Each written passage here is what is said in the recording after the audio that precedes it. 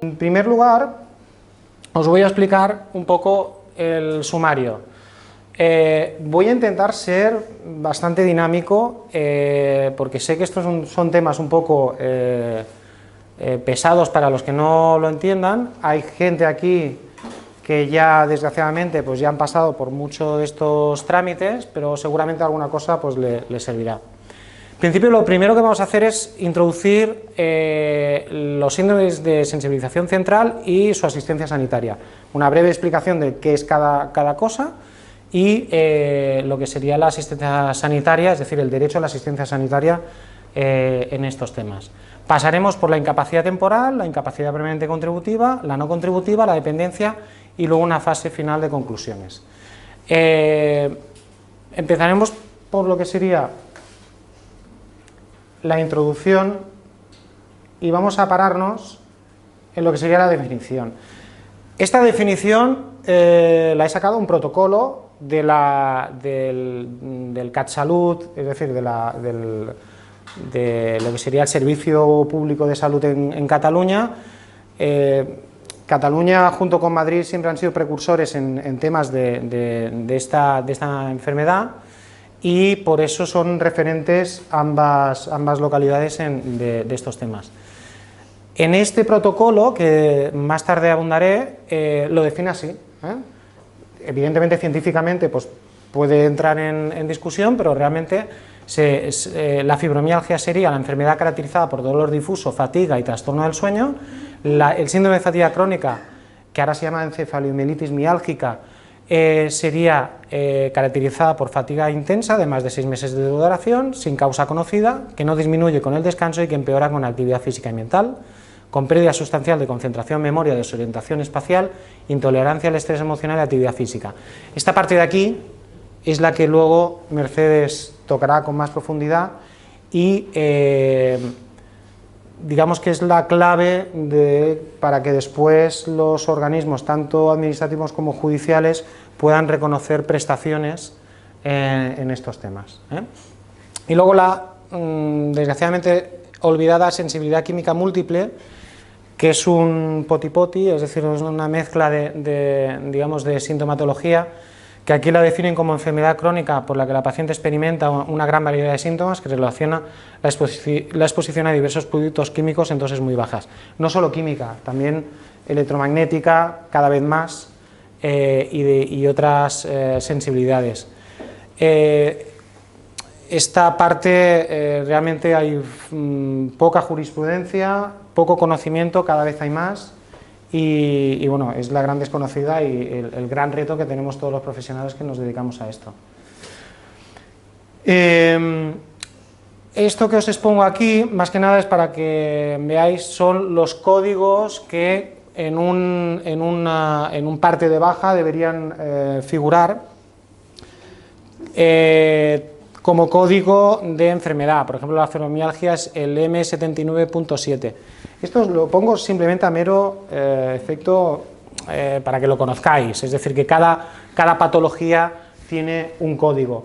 No es vital para vuestros derechos, para defender vuestros derechos administrativamente o judicialmente, pero si queremos ser estrictos en lo que nos pasa y que los médicos sean estrictos también y rigurosos en la exposición o en la manifestación que ellos hagan de vuestra patología, deberían hacer constar estos códigos en los partes de baja, como luego abundaremos. El primer derecho que tiene un enfermo, cualquier enfermo, de cualquier patología, es el derecho a una asistencia sanitaria.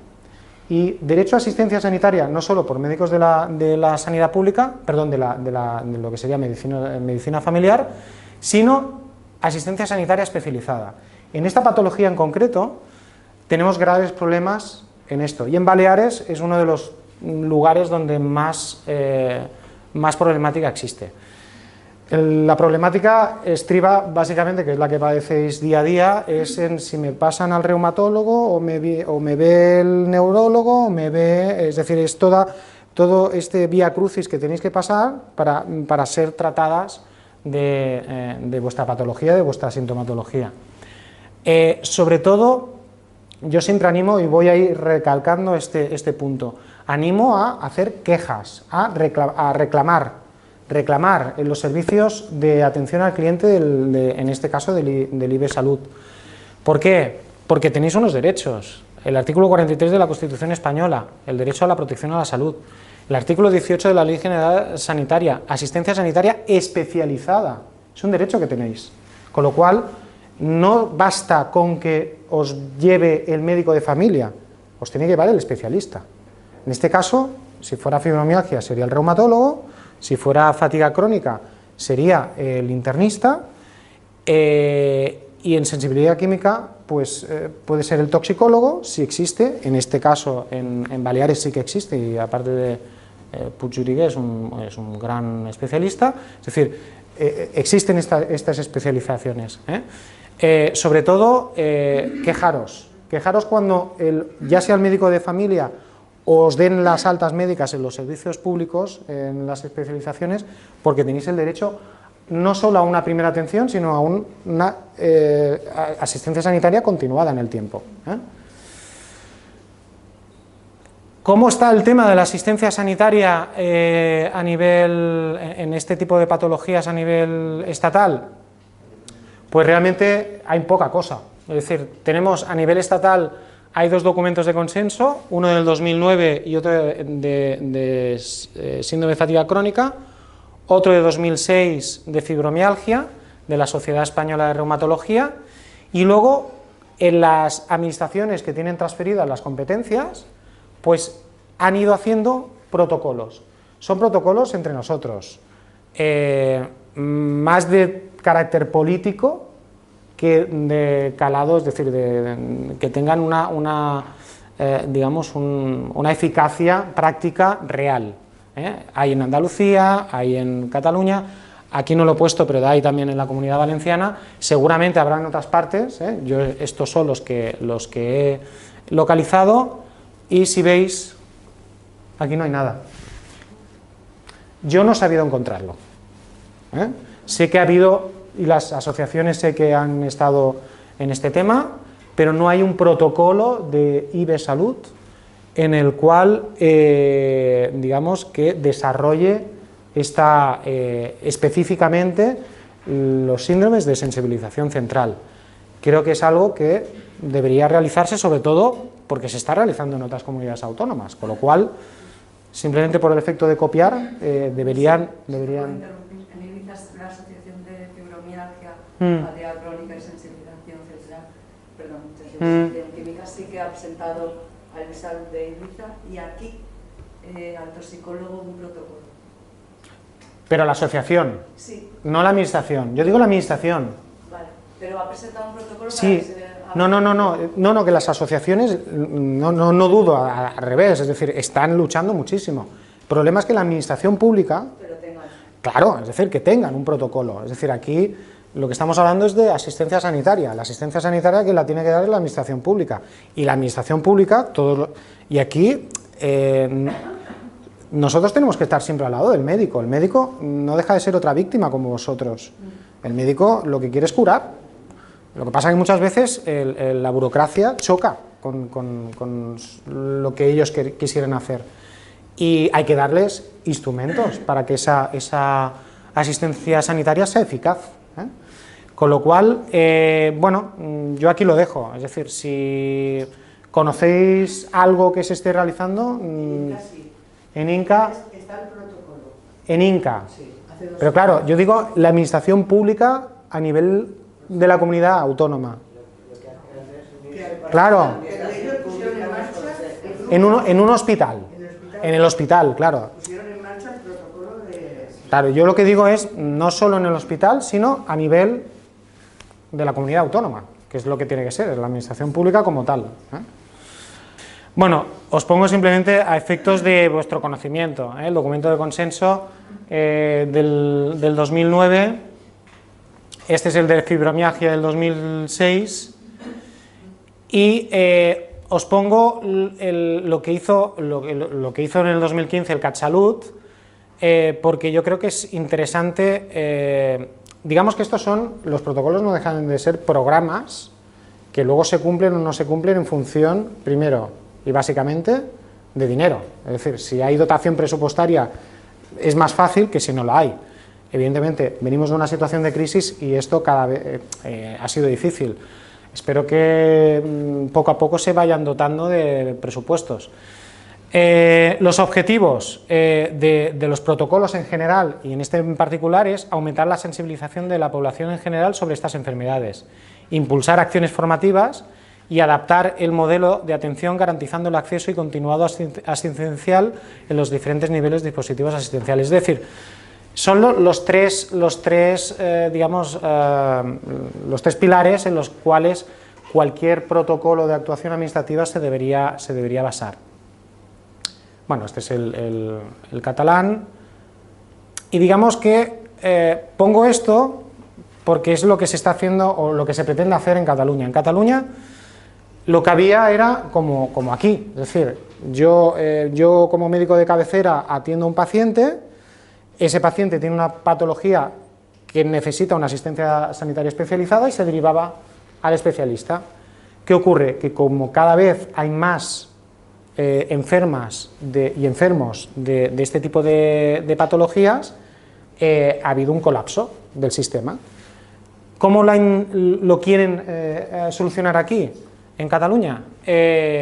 Dotando a la asistencia primaria, es decir, que sean los de asistencia primaria quienes lleven el peso de la asistencia, y solo en casos más graves en unidades expertas. Para mí esto es un error. Para mí esto es un error. Es decir, tiene que haber esa dualidad, pero dual de forma que el médico de cabecera lleve el día a día y que de forma periódica el sistema, los especialistas puedan llevar ese control de las enfermas y de los enfermos. Porque si no, desgraciadamente lo que están haciendo es dejar al médico de cabecera con un cuadro, digamos, patológico que no pueden controlar. Y luego los que realmente pierden sois vosotros.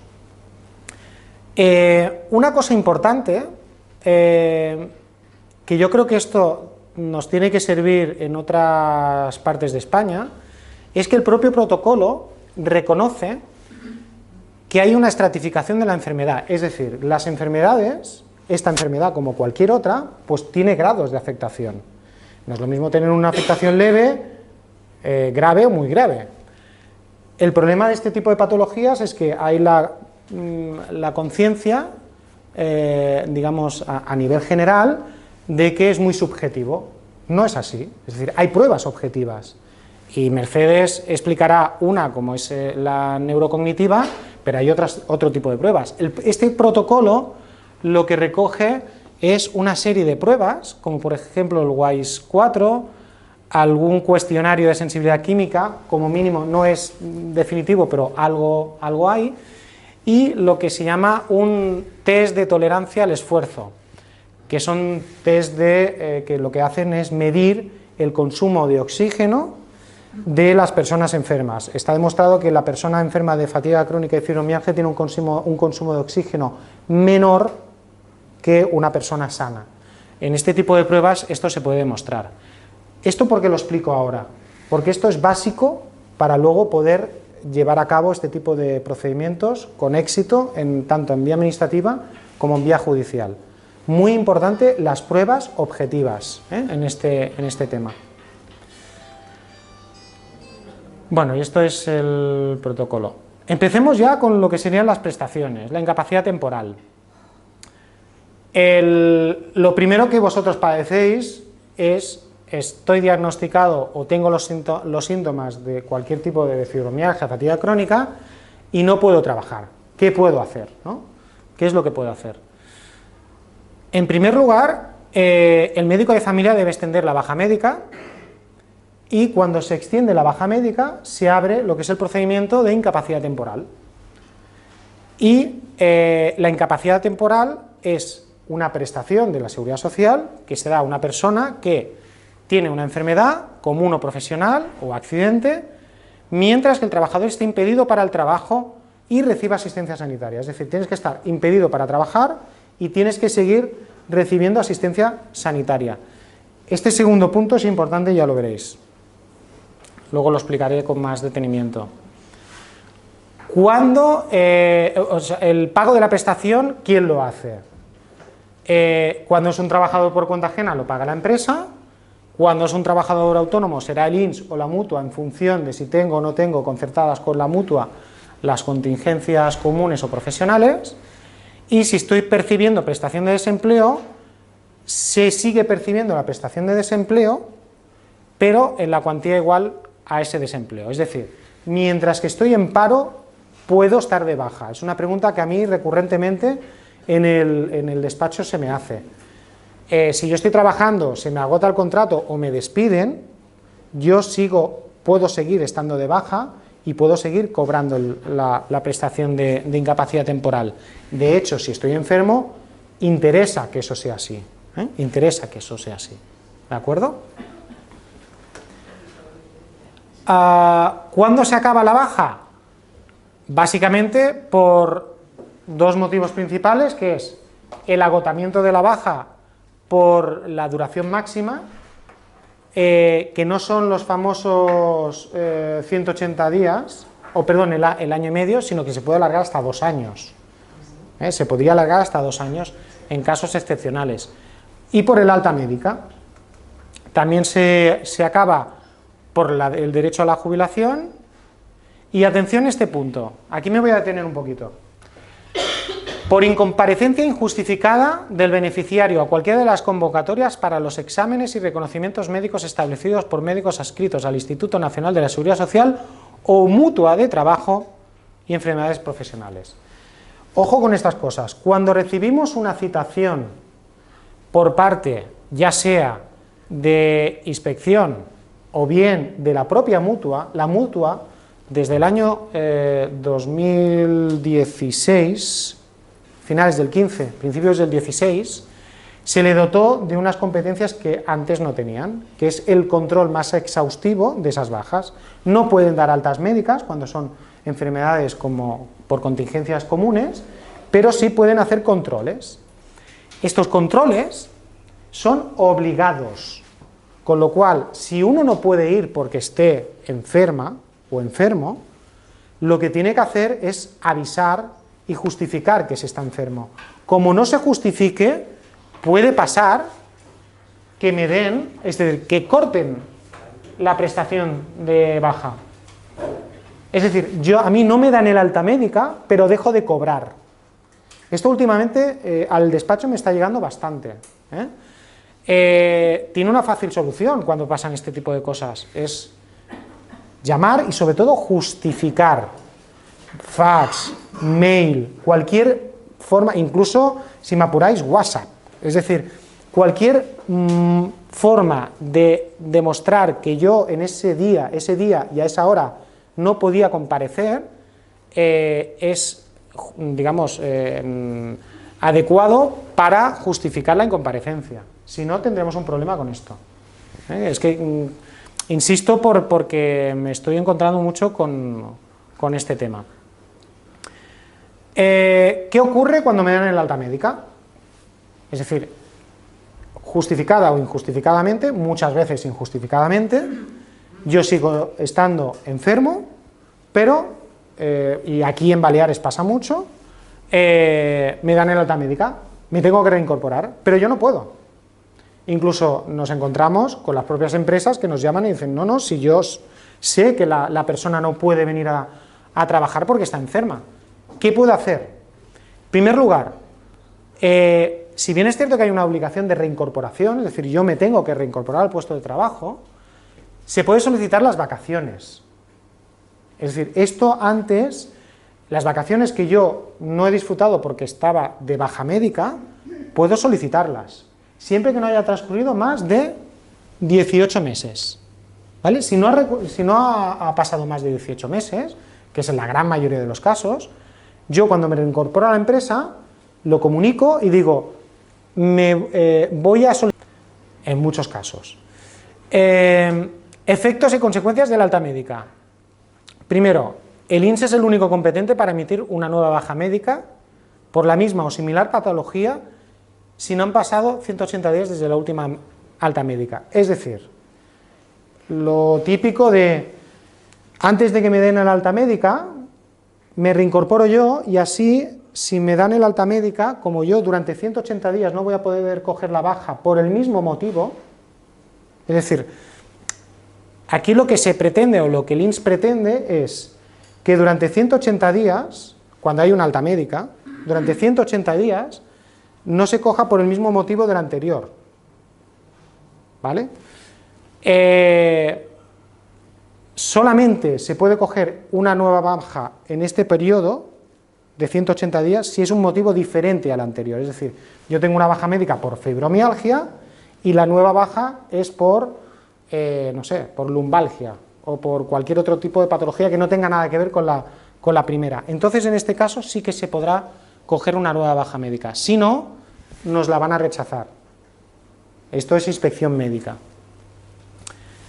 También tenemos, contra altas médicas, el procedimiento de disconformidad cuando la baja médica es de 365 días o más, que es un procedimiento parecido al de impugnación, que lo que hace es ganar un poco de tiempo.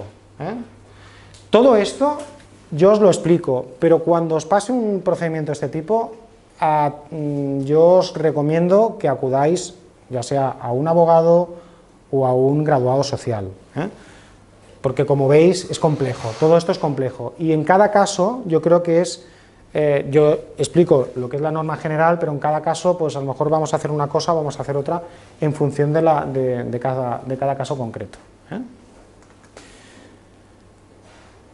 Esto es importante. ¿Qué ocurre cuando no puedo coger una nueva baja médica y la enfermedad no me deja trabajar, que es en la gran mayoría de los casos?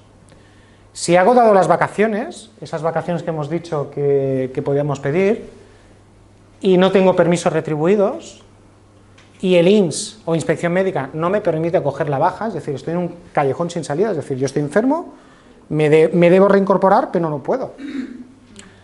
Hay dos soluciones, digamos que serían las más, las de último recurso, que sería acudir a inspección de trabajo y, si hay un procedimiento judicial, pedir la suspensión cautelar de la obligación de ir a trabajar.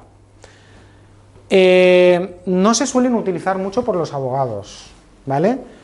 Supongo que es por desconocimiento o porque realmente pues, a veces se llegan a solucionar este tipo de problemas por otras vías, llegando a acuerdos con la empresa, extinguiendo el contrato de trabajo, etcétera. Pero son dos posibles soluciones en situaciones extremas. Acudir a inspección de trabajo, porque entendemos que la incorporación me puede poner en peligro mi integridad física o la de terceros. Tengo casos en los cuales son, por ejemplo, personal sanitario, y un personal sanitario con un cuadro de fatiga crónica o fibromialgia avanzado puede cometer errores de fatales consecuencias para las personas que está atendiendo, con lo cual aquí inspección de trabajo tendría que cautelarmente eludir de que esa persona fuera a trabajar. Y ese mismo recurso que tiene inspección de trabajo lo tiene juzgado de lo social a través de este artículo de la ley reguladora de la jurisdicción social. Ya os digo, esto teóricamente los profesionales tenemos que conocer esta existencia. Pasamos a la incapacidad permanente, es decir, una vez yo he pasado un proceso de baja, es importante esto, un proceso de baja, y no me recupero de la sintomatología, de las patologías que yo tengo, puedo tener derecho o bien a prestaciones contributivas o no contributivas. Contributivas hay estos tres casos, hay un cuarto, pero no es, lo explicaré igualmente, pero no es, digamos que no suele ocurrir en temas de síndrome de sensibilización central, y las pensiones no contributivas. Empezaremos por las contributivas. Las contributivas están regulados en la Ley General de la Seguridad Social, requieren un tiempo mínimo de cotización y estar en alta o asimilada al alta. Y la cuantía de la prestación que pueda tener va a depender de la cotización del periodo exigido. Ahora lo voy a desarrollar, ¿eh? Más que nada para que tengáis una idea. Aunque luego lo desarrollaré para que sepáis cuál es una y otra. La no contributiva es cuando yo no tengo derecho a una contributiva, es decir, yo no he cotizado el tiempo suficiente para acceder a una pensión, el Estado me permite, siempre y cuando tenga una serie de requisitos, poder optar a una pensión asistencial, porque ya veréis que luego la cuantía es mínima, pero una pensión asistencial siempre y cuando tenga una discapacidad de mayor, igual o mayor del 65% y carezca de rentas según unos parámetros fijados. Esto solamente se paga o se concede en casos en los cuales no hay unos ingresos, digamos, dentro del hogar familiar. Luego lo desarrollo. Quedaros con esto, es muy importante. Esto es lo que dice el artículo 193.1 de la Ley General de la Seguridad Social. ¿Cuándo se concede una incapacidad permanente? Esto es lo que luego yo o los profesionales defendemos en los juzgados. Esto es lo que tiene que cumplir una persona para tener derecho a una prestación de incapacidad permanente. Primero, se concede a aquella persona que después de someterse a un tratamiento prescrito, es decir, tratamiento médico, farmacológico o terapéutico,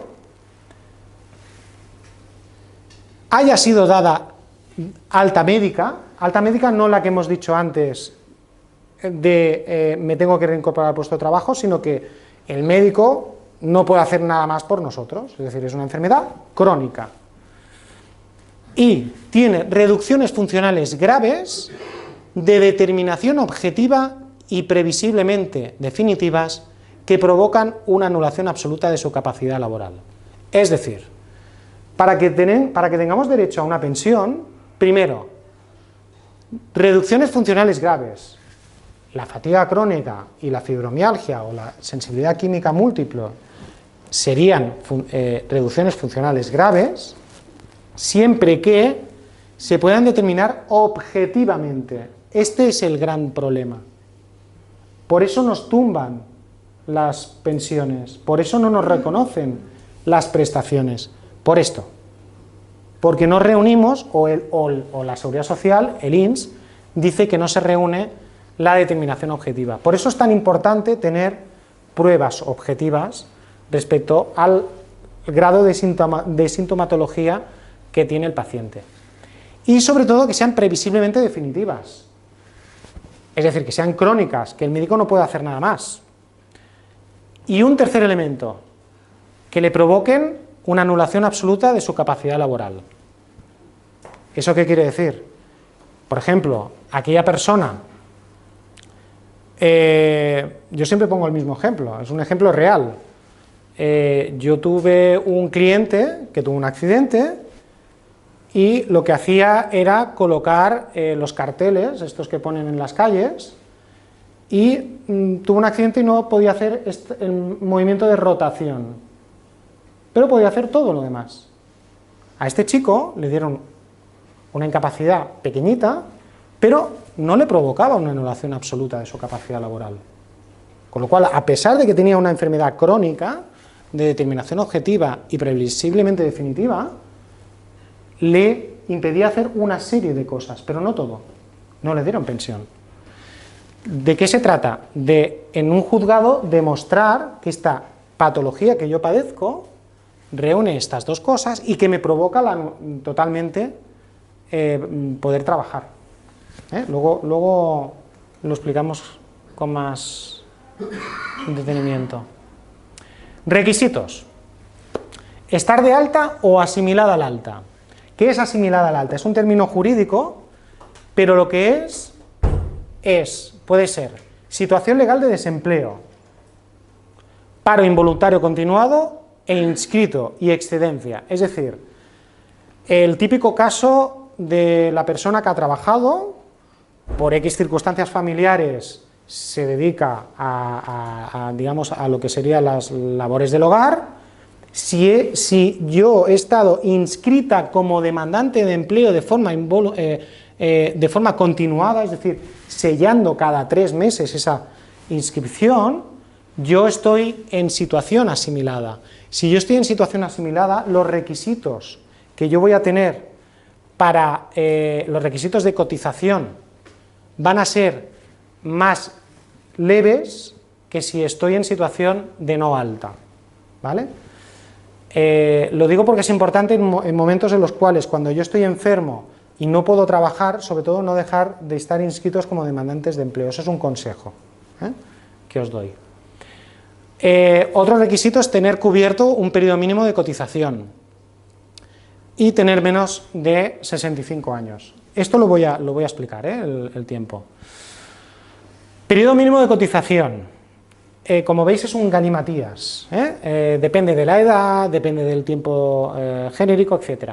Pero básicamente, si estamos en una situación si la enfermedad deriva de enfermedad común o accidente no laboral, básicamente para las personas que tengan menos de 40 años serán 5, y para los que sean más de 40 a 52 hay una escala de 5 a 8, y a partir de 52 años se requiere 8 años de cotización, ¿de acuerdo? Es decir, solamente teniendo este periodo de cotización y estando en una situación de alta o asimilada, se puede tener derecho a una prestación de incapacidad.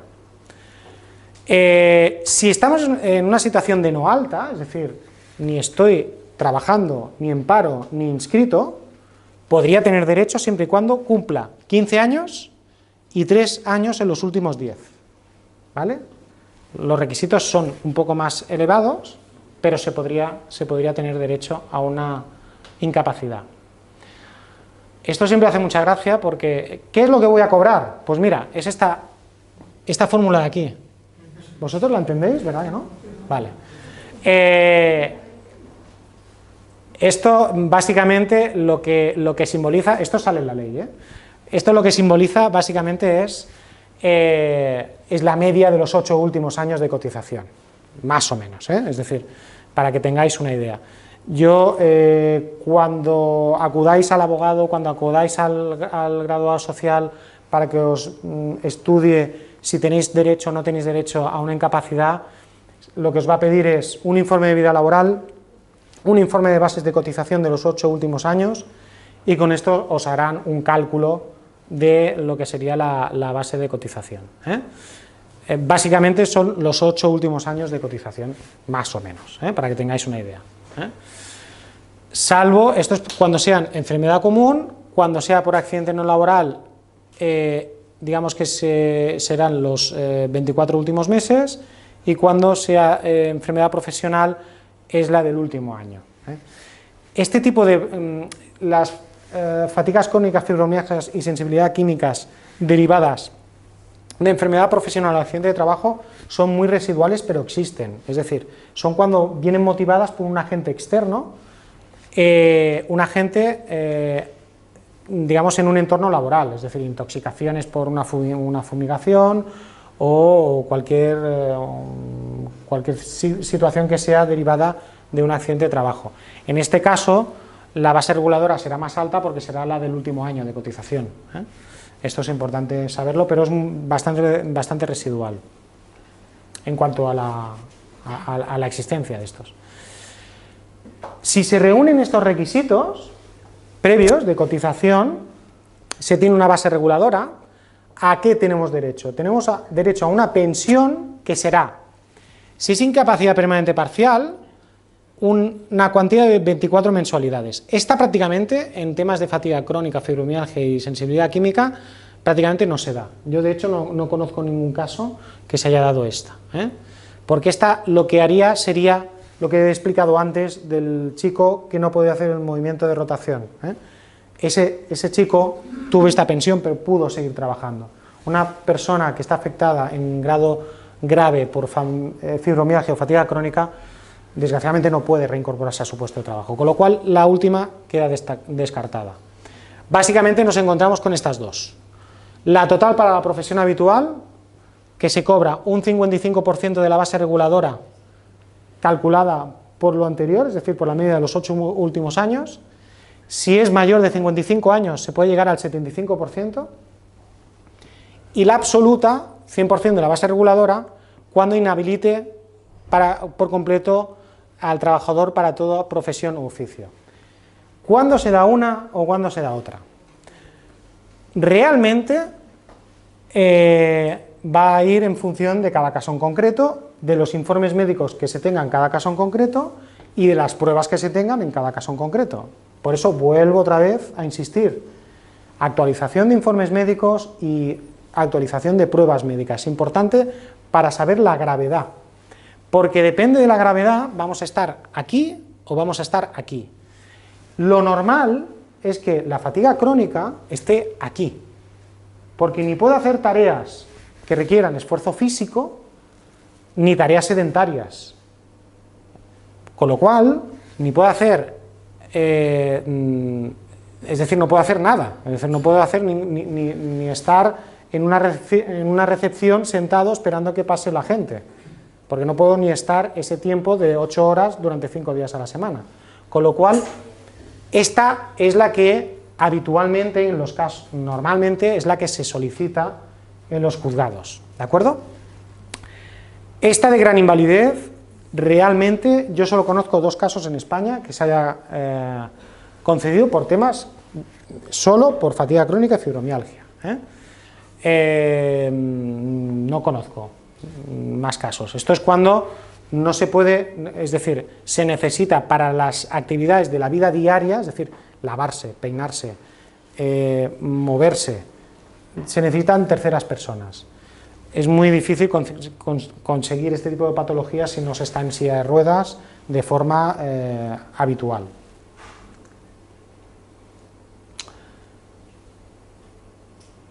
¿Se consiguen incapacidades? Sí, se consiguen incapacidades. Esta es una, por ejemplo, relativamente reciente y de aquí, de Illes Balears. Lo que hemos dicho antes, es muy importante tener buenos informes médicos, pruebas médicas y llevar el procedimiento de forma congruente con todo lo que tenemos. Aquí, como veis, lo que dijo el tribunal es que es una dolencia crónica e irreversible que se encuentra en un estado muy avanzado y progresivo con afectación de capacidades cognitivas de la recurrente, y es por ello que debe reconocerse el grado de incapacidad absoluta, ya que esa situación le incapacita no solo para su trabajo habitual, sino para el ejercicio de cualquier otra actividad profesional que pudiera ejercer la actora. Esto es lo que habitualmente, cuando se concede una incapacidad, los jueces suelen decir. Esta, por ejemplo, es de Cataluña, más o menos en el mismo sentido, es decir, se concede incapacidad absoluta, en este caso lo mismo, es decir, hay jurisprudencia bastante sólida respecto a este tema. Esta, por ejemplo, es del Social 2 de Palma, la he puesto tal cual, esta es del 2014, esta es firme, y la he puesto porque, si veis, digamos que se explayó bastante, hizo una amplia descripción de cuál era el cuadro, es decir, aquí era una señora que tenía una incapacidad permanente total, se le agravó, y lo que dice es que del cuadro del 2008 al cuadro que en su momento, que fue en el 2012, se presenta un expediente de revisión, ha habido una agravación del cuadro, incluso precisando ayuda para el autocuidado. Lo dicho, si se lleva documentación se pueden conseguir el objetivo de incapacidades permanentes. Y esta es una muy reciente, de hace unos meses, en la cual reitera otra vez que en procesos de intensidad grave y severa no es posible deducir la existencia de una capacidad laboral residual compatible con dichas limitaciones funcionales. Es decir, lo que se pretende en este tipo de procedimientos es demostrar que los enfermos no tienen capacidad funcional, es decir, no podemos una capacidad funcional para trabajar. Pasamos a la no contributiva. Como hemos dicho, esta es una prestación que se da de forma bastante residual. ¿Por qué? Porque se da a las personas que tengan una discapacidad igual o superior al 65%, que no tengan recursos económicos suficientes, que ahora explicaré, y que no puedan acogerse a prestación contributiva. Si podemos acogernos a prestación contributiva, solamente por la cuantía ya os animaría a hacerlo, y por otra parte, realmente es que hay una incapacidad por parte de la propia ley. Importante, esto no hay ninguna diapositiva, pero os lo voy a explicar. ¿Es compatible iniciar un proceso de incapacidad permanente con iniciar un proceso de discapacidad? Sí. Los procesos de prestación de incapacidad permanente, lo que hemos visto hasta ahora, el órgano que los reconoce es el Instituto Nacional de Seguridad Social, órgano del Estado. La discapacidad la regula y digamos que es una competencia transferida a las comunidades autónomas, y es la propia comunidad autónoma, a través de los servicios de bienestar social, quienes reconocen esta discapacidad. ¿De acuerdo? Cuando la discapacidad es mayor del 65%, nos ayuda en los procedimientos de incapacidad permanente. ¿Por qué? Si recordáis, uno de los requisitos que hemos dicho antes es que tenía que haber pruebas objetivas. ¿Qué mayor prueba objetiva que un ente administrativo teóricamente objetivo reconozca un grado del 65%? Con lo cual, yo animo a que cuando se inicie un proceso de este tipo, siempre y cuando se tenga la documentación adecuada, iniciéis también un proceso de discapacidad, lo que antes se llamaba minusvalía, ¿de acuerdo? Nos encontraremos con problemas. El problema fundamental es que la discapacidad se regula por una ley del año 99, donde establece un baremo. Y curiosamente en ese baremo, que no lo he traído para no asustaros, es un tocho así, ni está la fibromialgia, ni está el síndrome de fatiga crónica. Con lo cual la administración habitualmente, como mucho, pone síndrome álgico y nos da entre un 33 y un 65%, pero no llega nunca al 65%. ¿Vale? Animo a recurrirlas. Animo a recurrirlas, ¿por qué? Porque hay jurisprudencia. Esta es de Cataluña, pero hay de Madrid, y digamos, jurisprudencia que dice que la no regulación de estas patologías en ese baremo del año 99 puede quedar suplida por analogía, es decir, por aplicación de este capítulo, del capítulo 16 de este Real Decreto, que ya hemos dicho que es un tocho así, en el cual, dependiendo de la fatiga crónica y de la fibromialgia, en función de la gravedad, nos podríamos ir de un 25 a un 59%, y si es muy grave, nos podríamos ir del 60 al 74%. Para resumir, si Bienestar Social de Illes Balears no reconoce un grado de discapacidad, se puede recurrir utilizando jurisprudencia, como he dicho, que es esta de aquí. Es decir, el hecho de que no esté recogida no quiere decir que no exista, con lo cual ya hay mucha jurisprudencia en este sentido. Evidentemente también hay jurisprudencia en contra, tampoco no os voy a engañar. Pero hay jurisprudencia que reconoce grados del 65% a enfermos de fatiga crónica y fibromialgia. ¿De acuerdo?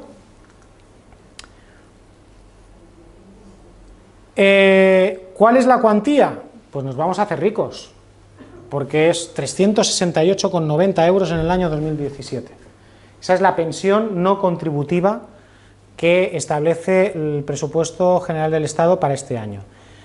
Y depende de los ingresos de la unidad familiar, es decir, esa pensión no se dará o no se concederá si en la unidad familiar se tiene, si son de 2 miembros, 8.700 euros anuales, es decir, si entran en casa 627 euros en una familia de 2 miembros, sin ascendientes, descendientes de primer grado, ya no se tendrá derecho. Si tenemos, es decir, con ascendientes y descendientes de primer grado, con 2 miembros sube a 1.500 euros y con 3 miembros 2.200. ¿Qué quiere decir? Que una familia estándar con un hijo y con una persona que ingrese un salario habitualmente no tiene derecho. El cónyuge enfermo habitualmente no va a tener derecho a la no contributiva. Habitualmente. Hay que ir caso por caso, ¿eh? Pero más que nada quería explicarlo. Pasamos a la dependencia. Bueno, la dependencia fue una ley muy novedosa en su momento, fue la bandera del gobierno de Zapatero en el año 2016, previo a la crisis, y se dio de bruces con la crisis. Es decir, esto era una ley novedosa, era una ley que intentaba paliar y que aumentaba la cobertura social de cualquier enfermo, sobre todo de los enfermos de alta dependencia, pero se quedó en una bonita declaración de intenciones. Realmente esto luego se ha quedado bastante, digamos, reducido la afectación, pero sí que es cierto que es una ley que está vigente y que se puede solicitar el grado de dependencia. Yo también animo a solicitarla. ¿Dónde se solicita? En bienestar social, también, ¿de acuerdo? Los grados de dependencia van el grado 1, grado 2 y grado 3, ¿vale? No por no tener la necesidad de una silla de ruedas, no voy a tener derecho a un grado de dependencia. ¿Por qué? Porque hay 3 grados, es decir, está la dependencia moderada, la dependencia severa y la gran dependencia. Los que estarían en una silla de ruedas estarían aquí, ¿vale? Pero los otros casos, que sí que tenemos una dependencia, y muchos de los que estáis aquí la tenéis, que es cuando, mirar lo que pone en la redacción del apartado 1 de la dependencia moderada, cuando la persona necesita ayuda para realizar varias actividades básicas de la vida diaria, al menos una vez al día, o tiene necesidades de apoyo intermitente o limitado para su autonomía personal. Yo creo que muchos y muchas de vosotras os veis muy identificadas con esto, es decir, no sé, para hacer las tareas del hogar, para cocinar, para llevar los niños al cole, es decir, muchas actividades de la vida diaria necesito la ayuda de, pues en ese caso ya estaríamos en el grado 1. Muchos de vosotros podéis estar en el grado 2, que es cuando, por ejemplo, se necesiten 3 veces al día. Yo tengo muchos clientes que no se pueden lavar solos. Sobre todo, yo no, lavarse la cabeza no, pero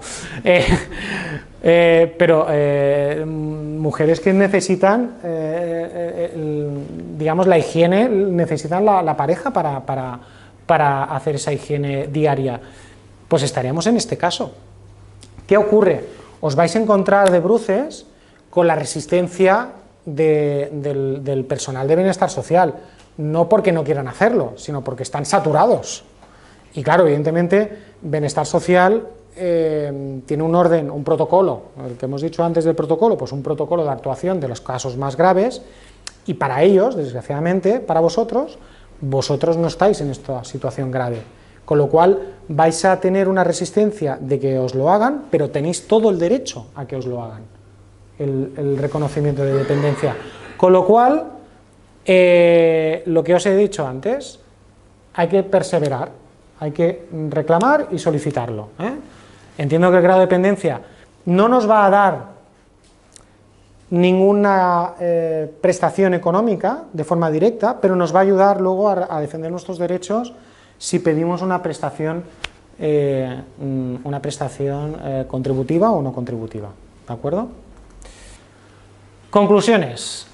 Para hacerlo rápidamente, yo lo que hago básicamente son dos. Muy importante, asesoramiento médico y legal previo, preventivo. No hacer lo que hace mucha gente, presentar solicitudes de incapacidad de forma directa, consultar antes. ¿Por qué? Porque el profesional, ya sea el médico, neuropsicólogo, os va a guiar, necesitáis ayuda. Es decir, yo no sé de muchas cosas y necesito ayuda médica muchas veces. Dejaros ayudar. Es muy importante tener asesoramiento tanto médico como legal, porque un mal paso o un paso precipitado en un tipo de prestación de este tipo, como por ejemplo puede ser instar sin tener la documentación necesaria un procedimiento de incapacidad de forma precipitada, puede dar lugar a una denegación, a un procedimiento que no vamos a poder ganar y a una denegación de las prestaciones. Y esto, aquí en Baleares estamos hablando de 2 años. Desde que se inicia un procedimiento hasta que se tiene una sentencia del juzgado de lo social, estamos como mínimo en 2 años. Con lo cual, intentar, sobre todo, asesoraros tanto médica como legalmente. Y otro tema importante es la actualización de informes y pruebas médicas que acrediten la situación de limitación de la capacidad laboral. Traducido, no vale tener un informe del año 2013 y decir, es que mire lo que me pone, que no puedo trabajar, y en el año 2017 hacer valer ese informe. Ese informe está caducado. ¿Por qué? Porque lo que el ente gestor, el INS, y el juzgado va a valorar es la situación que tenemos nosotros ahora. Es decir, yo ahora puedo trabajar, si es que sí, va a ser en función de unos informes médicos actualizados. ¿Cada cuánto habría que actualizarlo? Yo entiendo que cada año. Más entiendo que sería excesivo, pero cada año tener un informe actualizado de cada una de las especialidades, reumatólogo, internista, toxicólogo, neurólogo, psicólogo, psiquiatra, tener uno como mínimo cada año. Sé que lo que digo en la práctica es difícil, porque los médicos realmente no les gusta escribir, no porque no les guste, sino porque tienen limitaciones de tiempo, pero hay que intentarlo, y si no se consigue, reclamar. Están los servicios de atención al paciente y tenéis que reclamar. Porque es muy importante para este tipo de procedimientos. Si queréis, si queréis más información, yo tengo una página web que a muchos de vosotros la conocéis. Yo voy aquí colgando noticias, artículos, incluso alguna conferencia que voy haciendo. Intento tenerla dentro de lo posible, lo más actualizada posible,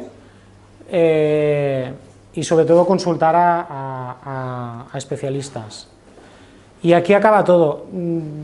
Espero que hayáis, bueno, pues, que esta conferencia o esta charla os haya abierto, espero que muchas dudas, porque es lo que se pretende, es decir, que tengáis muchas dudas. Y yo estoy aquí, y si no, cualquier profesional, ir sobre todo a profesionales, abogados y graduados sociales. Es importante de que estéis asesorados.